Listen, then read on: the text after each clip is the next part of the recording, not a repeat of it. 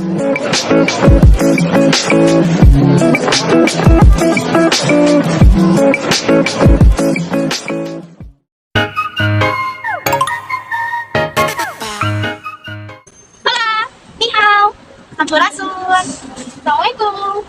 Salam sejarah. We are Fortes. Jadi kita udah nyampe nih di Museum Nasional atau yang disebut dengan Museum Gajah. Bud, kita tuh semangat banget guys. Yes. Soalnya kita bakal melakukan penelitian sejarah peninggalan di sana. Jadi kalian tunggu ya kelanjutan kita. Halo guys, kita udah sampai nih di Museum Nasional. Langsung aja ya guys. Di sini banyak sekali koleksi arca, mulai dari arca Siwa Mahadewa, arca Siwa dan Wisnu, pokoknya banyak deh guys. Nah, ini patung dengan ukuran besar, yaitu arca Dewa Ganesha, yang berasal di Candi Banon, Magelang, Jawa Tengah. Kalau yang ini arca terbesar, namanya arca Bhairawa Buddha, yang merupakan perwujudan Raja Aditya Warman. Ini adalah prasasti Hantang, isinya memperingati anugerah Jayabaya berupa hak-hak istimewa kepada desa Hantang dan 12 desa lainnya.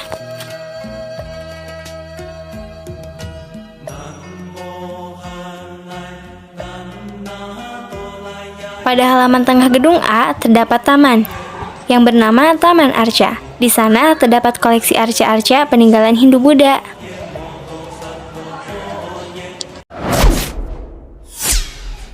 Sejarah Buddha yang ada di museum ini. Jadi sumber sejarah peninggalan Hindu-Buddha di museum ini ada berbagai macam. Di antaranya dari patung arca Dewa Dewi yang ada di sini. Kemudian dari Antekik. Nanti teman-teman cari Antekik itu apa ini? Ada Antekik ya. Kemudian ada prasasti dan masalah-masalah lainnya. Kemudian ada Makara dan peralatan serta senjata. Terus juga ada dari koleksi emas. Ini tuh ketika ditemukan langsung dibawa ke sini atau bisa mirip apa sih? Ya, nanti teman-teman banyak ditemukan banyak sumber data ya di tadi di katalog yang sudah dikasih ya. Dulu kan namanya Batavia Teleskop. Dulu belum musuh nasional masih Batavia Teleskop atau kita singkatnya BG. Berdiri 1778. Dulu fungsinya adalah lembaga penelitian tentang Indonesia tentang Hindia Belanda. Dulu kan banyak ya orang-orang Hindia Belanda yang datang ke Nusantara. Nah, mereka punya ketertarikan khusus untuk mengetahui bagaimana sih kehidupan masyarakat di Nusantara ini. Mereka ada mengumpulkan koleksi, ada yang hasil sitaan Belanda. Jadi mereka misalnya ada ekspedisi militer yang ke Lombok atau ke Bali, perang hutan. Semua koleksi ini sebagian disumbangkan ke sini. Jadi mungkin di sini tuh jadi banyak ya. Jadi banyak karena kalau zaman sekarang semacam lembaga penelitiannya kayak BRIN-nya, BRIN misalnya dulu LIPI namanya lembaga penelitian. Sekarang kayak BRIN-nya masa Hindia Belanda. Nah, pusat ya. Jadi kan museum yang terbesar se ASEAN dulu, koleksinya sangat banyak. Tadi kita sudah lihat juga sampai sana itu udah ya Bu, ya filosofi patung gajah ya, patung gajah dan tanggalnya di sana nih. Dan biasanya tuh museum ini tuh terkenal sama museum gajah, bukan museum nasional dipanggilnya itu. Ya, patung gajah itu adalah hadiah dari Raja Siam atau Raja Taiwan. Namanya Raja Chulalongkorn atau Rama ke-5. Jadi dia tuh waktu di tahun 1871 datang ke Hindia Belanda dan menghabiskan sekitar 5 hari itu di Batavia. Dan dia mengunjungi museum ini. Nah, karena senangnya dengan kunjungannya ke Batavia, dia menghadiahkan hadiah patung gajah. Ada 2 patung gajah yang dihadiahkan, satu ke Singapura, satu ke Batavia Demonstrat. Jadi patung ini bukan dihadiahkan ke pemerintah Indonesia ya, itu harus diingat, tapi ke pemerintah Hindia Belanda. Gitu. Nah, oleh pemerintah Hindia Belanda disimpan di Museum Batavia Demonstrat. Jadi museum itu sih. Jadi yang menunjukkan itu kan orang kita jadi kenapa harus patung gajah? Karena gajah identik sama gajah. Kalau kita tahu kan oleh gajah itu pasti ada gambar gajah jadinya. Yang mencari ada sini apa di sini? Jadi kalau zaman sekarang tuh kayak hadiah diplomasi antara pemerintah Hindia Belanda. Jadi sekarang ini tulisnya Hindia Belanda dan pemerintah Thailand. Guys, bawah itu pemerintah Indonesia, bukan pemerintah Indonesia. Nanti teman-teman bisa riset lagi dari sisi lain hadiah itu apa. Ternyata pemerintah Hindia Belanda memberikan sejumlah arca-arca dari Borobudur, arca-arca Indonesia ke Thailand. Sebenarnya kita dirugikan juga kan, dirugikan. Tapi itu yang harus diingat, bukan kita yang memberikan, tapi Hindia Belandanya itu. Karena ini jauh banget ya. Dari waktu itu yang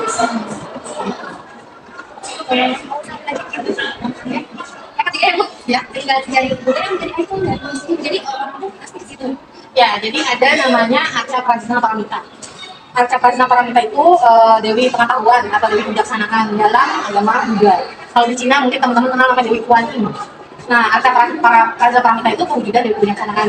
Nah, banyak masyarakat lokal saking cantiknya Arca ini mengira Arca ini adalah Ken Dedes, istrinya Ken Arok. Padahal sebenarnya tidak. Ada sejarah mengatakan bahwa Arca Prajna Paramita ini adalah anak putri dari seorang pendeta di sana gitu, di Buddha. Dia itu dari kerajaan Singosari dari abad ke-13. Nanti teman-teman bisa lihat artinya di ruang mas. Hanya di ruang mas tidak boleh mengambil video ya. Jadi mungkin bisa dilihat Dibaca-baca dulu aja. di virtual tournya. Ya. Oh iya, iya. Nasional itu bisa di videoin lewat itu. Ya, videonya juga. Ya. Itu cuma satu-satunya dan cantik terus pembuatannya. Benar-benar terjaga gitu ya. Jadi harus benar-benar terjaga juga, makanya nggak boleh ada foto atau video juga sih. Ya, kalau ruang mas dengan alasan keamanan gitu. Iya. Kemudian ada Arca Bhairawa yang tadi besarin. Oh iya, itu Teman-teman lihat. itu ya arca terbesar di musim ini, aku pernah baca juga sih. Ya, Arca terbesar. Kemudian ada juga Mangkuk Ramayana. Mangkuk Ramayana itu mangkuk emas yang setiap sisinya menerangkan tentang cerita Ramayana. Ada yang tahu cerita Ya, Ramayana? Ramadan Sinta itu ya. Ya, kita itu. Jadi mangkuk itu menceritakan tentang penculikan yang disita oleh siapa dari Arwana. Ya. Kemudian ada lagi yang satu lagi Arca Ganesha. Tadi yang Ganesha yang buatan yang besar itu. Ya, karena Ganesha itu adalah dewa pengetahuan, juga dewa penangkal bahaya. Arca semacam ini biasanya ditemukan di tepi sungai. Nah, Arca kita termasuk ya, betul. Biasanya kan udah Ada yang hilang gitu. itu satu masterpiece. Kalau bilang masterpiece, semua koleksinya sebenarnya masterpiece. Ya, tapi memang orang-orang banyak yang kenal menjadi itu di sini. Lanjut. Yang nanya nggak gantian? Kasih gitu. Kasih ini. Pas kita datang aja tuh udah bener-bener ini sih ganti walaupun dari Bogor tapi nggak rugi gitu kan. Jadi kalau apa yang kita cari itu ternyata lebih kita dapat di sini. Ada juga yang tinggal di selatan. Sebenarnya tadi itu buat selanjutnya. Tapi kita udah kayak cerita dulu lah. Iya nggak apa-apa. Di sini memang ada galeri peradaban Islam ya nanti. Pertanyaan keempat yang Taman Arca. Iya, jawab ya. Taman Arca itu apa? Taman Arca itu ya ini. Ada Selasa Selatan dan Selasa Utara yang isinya arca dari masa Buddha. Dari Jawa Tengah dan Jawa Timur. Ada berapa jumlah arca? Dihitung aja saya. Banyak banget sih tadi. Ya, saya khawatir salah jumlah ya. Iya. Tadi kelakuannya belum bisa. Demikian pertanyaan kalau teman-teman. Ada lagi yang bertanya? Ya, aku. Ada Bhairawa Buddha itu di bawahnya kan dia berdiri ya. Jadi itu kayak ada tengkorak. Coban yang kebanyakan. Jadi Bhairawa Buddha itu dia nanti ada aliran namanya kita lihat di labelnya ya aliran Buddhanya tapi susah. Saya kasih yang lengkap aja soal Bhairawa Buddha di sini. Jadi sebenarnya ada dua versi Bhairawa Buddhanya itu mukanya nyeramin ya. Kalau arca-arca di Sumatera wajahnya lebih menyeramkan. Terus sama yang tadi patung yang arca terbesar itu ada ularnya juga guys, di tangannya juga. Yang kaki yang terbesar tadi. Oh, Bhairawa Buddha. Iya. Nah, ini ada karena ini dari situs resminya Museum Nasional, jadi teman-teman nanti bisa cek langsung kenapa nama dia. Selamat pagi, selamat datang di Museum Nasional Indonesia. Nah, di sini ada jawabannya nih, sorry ya. Bahwa itu namanya Bhairawa Buddha. Jadi ada Buddha, Sete Bhairawa itu, dia ada upacara-upacara yang menyangkut tentang pengorbanan manusia juga. Tapi ada beberapa versi ya, ada beberapa versi bahwa kenapa dia bikin tumpukan mayat gitu. Dia pun menganut aliran Tantrayana. Nah, di sini dia sebenarnya mayat itu adalah seperti lambang saja. Jadi kayak ular mayat itu kan pada masa itu kan agama Buddha mulai terdesak oleh agama Islam tuh. Makanya akhirnya dibuat menjelaskan seolah-olah dia melindungi agar ajarannya tetap terjaga. Jadi di sana memang ada namanya sekte Bhairawa di Buddha itu. Salah satu cara untuk moksa atau untuk menyatukan diri dengan Tuhan atau reinkarnasi adalah dengan melakukan pengorbanan. Ini sekte juga tidak ada lagi. Oh, kayak itu kayak menumbangkan. Enggak tumbal sih, pengorbanan aja. Bisa manusia aja. Tapi kan kita kurang tahu maksudnya apakah sebenarnya seperti itu di masa lalu, apakah itu hanya simbol-simbol saja untuk membuat dia terkesan ada yang di bawah untuk yang juangnya. Kita lagi lihat-lihat arca, prasasti, relief sama yang lain. Dan ini ada tim dokumentasi Nasya dan Sama Ayu, tim dokumentasi. iya, dan ada saya juga. Halo. Nasya berdua. Mereka mau menjadi dewa itu kan dewa kerusakan ya. Yang kalau parah itu bikin rusak gitu. Jadi mereka menjadikan dia semuanya aman. Kalau Ganesha karena kita adalah bangsa yang sering membangun samudra, sungai, dan dewa Ganesha itu kan dewa kokal lintang bahaya. Jadi mereka juga untuk jadi mempermudah perjalanan, untuk ya. Kalau ini tuh banyak ya. Misalnya lumayan. Iya. Tapi gayanya udah beda, itu Jawa Timur. Kalau Jawa Timur rata-rata rasanya nggak bisa seperti ini. Ini Cicalengka Jawa Barat.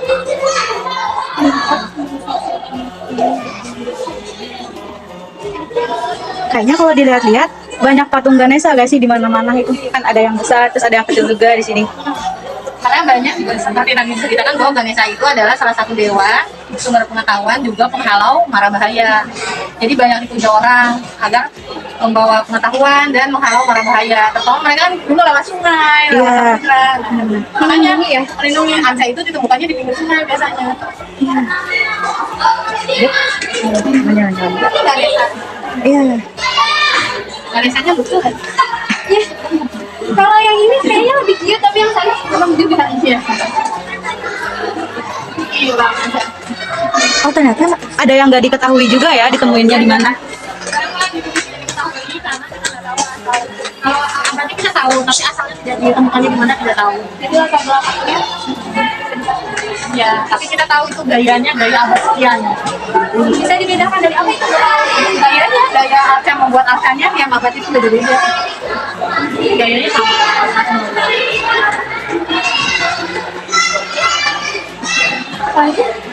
Nah, apa lagi?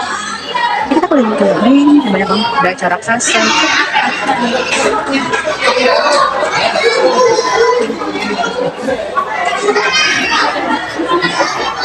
Yang menarik adalah bagaimana Garuda jadi lambang negara kita.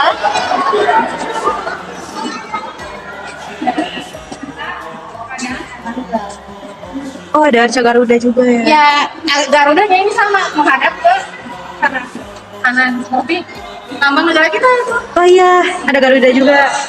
Ini awal mulanya dari ini. Itu deh. Ayo, ada lagi yang tanyakan nggak? Karena saya harus ada tamu. Iya. Karena kita kan prepare buat kesininya bentar banget. Iya. Jadi sekarang saran saya, teman-teman ambil aja stock shot gambar sebanyak-banyaknya. Nanti kalau ada pertanyaan boleh nanti lewat WA. Jadi itu data terus kita gabung aja ya. Ya. Kita ya.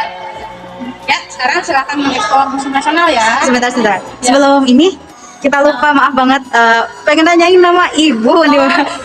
Saya Valentina. Nama saya Ibu Valentina, Pamong Budaya Anak Muda. Kalau di sini namanya kurator, tapi kita nama istilah di masyarakatnya Pamong Budaya Anak Muda. Mau ke koleksi arca nih guys. Sama Itu adalah gerakan pembunuhan Raja Adityawarma. Raja Adityawarma itu rajanya pada kemarin juga masih ada. Nah, pada saat arca ini ditemukan, masyarakat setempat tidak menyadari bahwa arca ini punya nilai sejarah, sehingga mereka melihat ini digunakan untuk mengasih pisau. Oh, ada bagian-bagian yang udah sedikit ya. Ya, sedangkan ini pakai untuk menumbuk padi. Makanya pantas. jadi bagiannya udah nggak utuh banget. Jadi yang teman-teman datang di sini disebutnya adalah Taman Arca. Kenapa Taman Arca? Karena di sini banyak arca-arca peninggalan Hindu Buddha. Di Selasar Utara dan Selasar Selatannya juga banyak peninggalan arca dari Jawa Timur Tengah dan Jawa Timur. Nah, ini Taman Arca. Ternyata alasannya karena banyak arca-arca di sini. Sebenarnya di Museum Nasional ini semuanya bisa dibilang masterpiece. Kenapa masterpiece? Cuma hanya ada satu di dunia kan? Nggak ada yang buat lagi kan? Bener. Dan semuanya original. Kalaupun ada replika itu paling hanya 0,00%, paling hanya 1-2. Tapi yang kita berikan di sini semuanya original. Jadi benar-benar penjagaannya pun kita sebagai pengunjung pun harus bisa menjaga. Karena itu pengunjung dilarang yang itu. Ini namanya Prasasti Tugu, merupakan salah satu prasasti dari masa kerajaan Tarumanegara. Prasasti ini ditulis dalam aksara Pallawa awal berbahasa Sanskerta dalam bentuk sloka dengan metrum anustup. Aksara dipahat-pahat melingkari permukaan batu yang berbentuk bulat telur dan memiliki hiasan pahatan trisula atau tombak bermata 3. Dalam sejarah penemuannya, prasasti Tugu ini pada saat ditemukan terkubur di bawah tanah. Hanya bagian puncak prasasti yang terlihat di permukaan tanah, setinggi sekitar 10 cm. Ketika tanah di sekelilingnya semakin tergerus, maka perlahan-lahan batu prasasti ini semakin muncul ke permukaan dan oleh masyarakat sekitar disebut dengan batu tumbuh. Lanjut ke prasasti Yupa.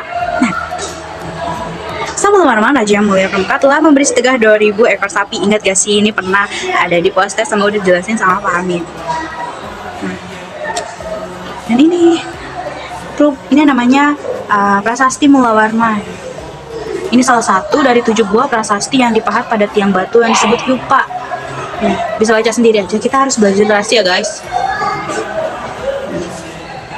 Ini ada bisa baca. Jadi teman-teman, di gedung B lantai 2 ini ada prasasti-prasasti nih. Tuh, sangat banyak banget deh. Semua prasasti ya. Ini ada prasasti ini. Prasasti Kota Kapur yang baru aja kita pelajari. Ini bentukannya. Iya. Ini bentukannya. Terus ada prasasti Mula Warman, guys.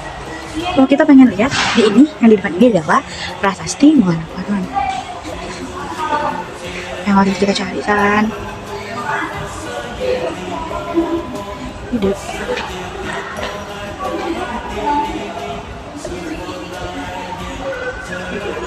Bentukannya kayak gitu. Intinya di sini banyak koleksi-koleksi prasasti zaman Hindu-Buddha. Sampai sana kita cari. Dan ini sangat besar. Nah, ini adalah prasasti Ciarutan. Ini prasasti Ciarutan yang kemarin baru kita bahas di Kerajaan Tarumanegara. Ikal. Ini prasasti Ciarutan. Ini gede banget ya. Kalau kita misalnya ke Ciarutan nih ya, daerah mana tuh? Nah, kalau tidak salah, ini tuh replikanya. Replika prasasti Ciarutan. Tapi tadi ada salah satu peneliti, Mas bilang kalau kita replika tuh paling perbedaannya cuma 0,1. Jadi aslinya Ya, asli ya. tapi lebih mendominasi kalau di sini tuh aslinya kebanyakan. Ya. Nih tulisan-tulisannya. Dan banyak lagi juga nih. Intinya banyak banget di sini.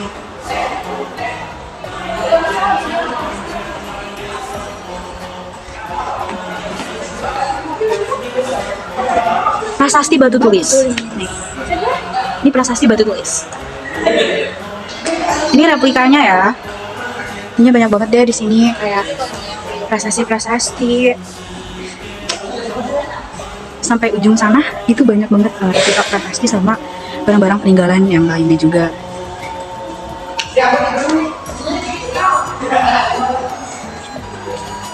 Sanjo Wersa. Oh, ini asli. Iya. Banyak banget deh di sini peninggalannya. Tapi yang diterima bener ya? Nah, selanjutnya ada prasasti Palepangan, kemudian ada prasasti Pemintihan,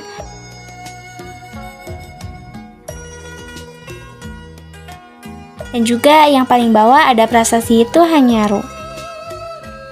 Wah, gimana nih perasaan kalian? Seru banget sih. Seru banget. Banyak banget yang udah kita dapetin dari museum ini, kunjungan kali ini. Ya, banyak banget pengalaman-pengalaman sama pengetahuan-pengetahuan baru. Akhirnya prasasti yang biasanya kita lihat di buku itu bisa kita lihat dengan mata kepala kita sendiri. Dan emang ya, luar biasa banget. Pokoknya keren-keren lah. Mantap banget sih, serius.